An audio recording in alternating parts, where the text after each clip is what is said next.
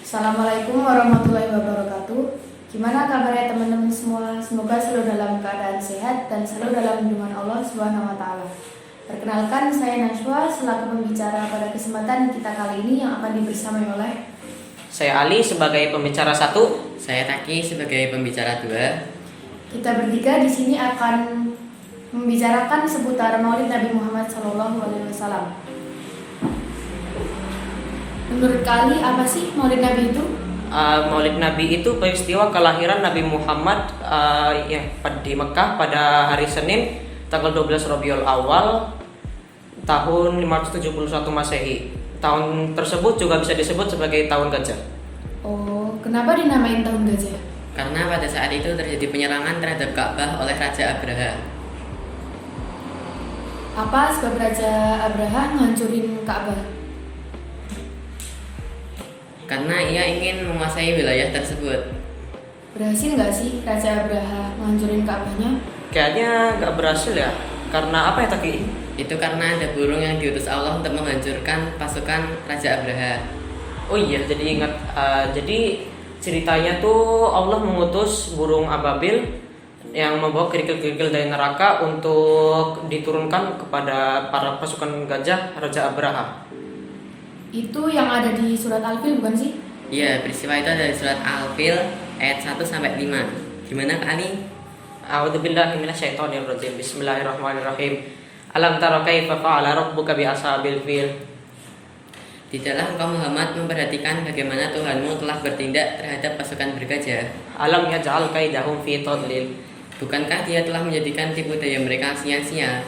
Wa arsala alaihim tayran ababil. Dan dia mengirimkan kepada mereka burung yang berbondong-bondong Tarmihim bihajaratin min sijil. yang melempari mereka dengan batu yang dari tanah liat yang dibakar, Faja'alahum ka'asfim ma'kul. sehingga mereka dijadikannya seperti daun-daun yang dimakan ular. Masya Allah. Coba ceritain dong, gimana sih sejarah kelahiran Nabi Muhammad SAW? Nabi Muhammad itu dilahirkan oleh ibunya yang bernama Aminah dan ayahnya yang bernama Abdullah. Ayahnya itu meninggal ketika Nabi Muhammad masih dalam kandungan ibunya.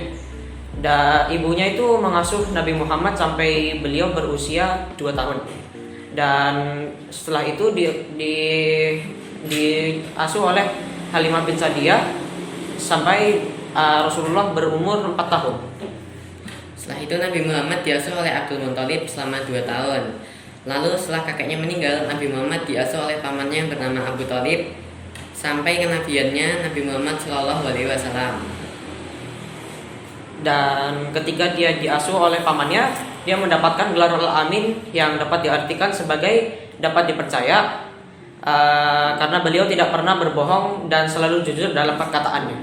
Nabi Muhammad menerima wahyu pertama di Gua Hira pada tanggal 17 Ramadan yang dijelaskan di surat Al-Alaq 1-5. Ketika saat itu juga Nabi Muhammad mengawali dakwahnya.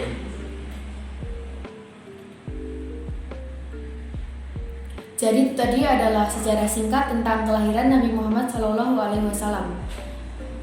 Kalau yang mempelopori kegiatan Maulid Nabi itu siapa sih? Setauku itu pas aku baca dari internet dan buku di rumahku, pelopor pertamanya itu Raja Al-Muzaffar Abu Sa'id. Dia itu seorang raja di daerah Irbil, Baghdad. Mereka berkumpul terus mereka membaca Al-Quran bersama-sama, membaca sejarah ringkas kehidupan dan perjuangan Rasulullah, melantunkan sholawat dan syair-syair kepada Rasulullah SAW. Oh iya, mereka mengadakan ceramah agama juga kan? Iya. Kalau sekarang bentuk perayaannya apa aja sih? Banyak, salah satunya adalah upacara sekaten. Oh iya, upacara sekaten itu suatu festival yang diadakan setiap tahun di Keraton Surakarta dan Keraton Yogyakarta sebagai peringatan kelahiran Nabi Muhammad SAW. Coba ceritain dong pengalaman kalian pas merayakan Maulid Nabi di daerah kalian.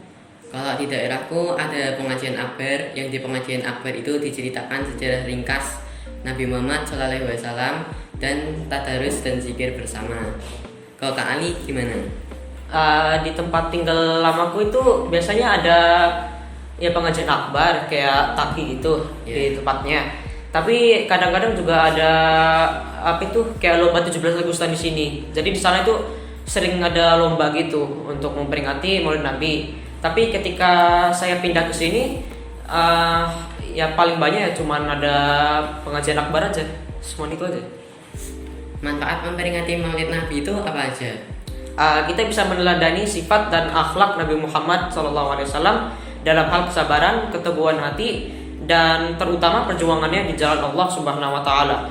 Dan kita dapat mengirimkan sholawat kepada Nabi kita Nabi Muhammad SAW.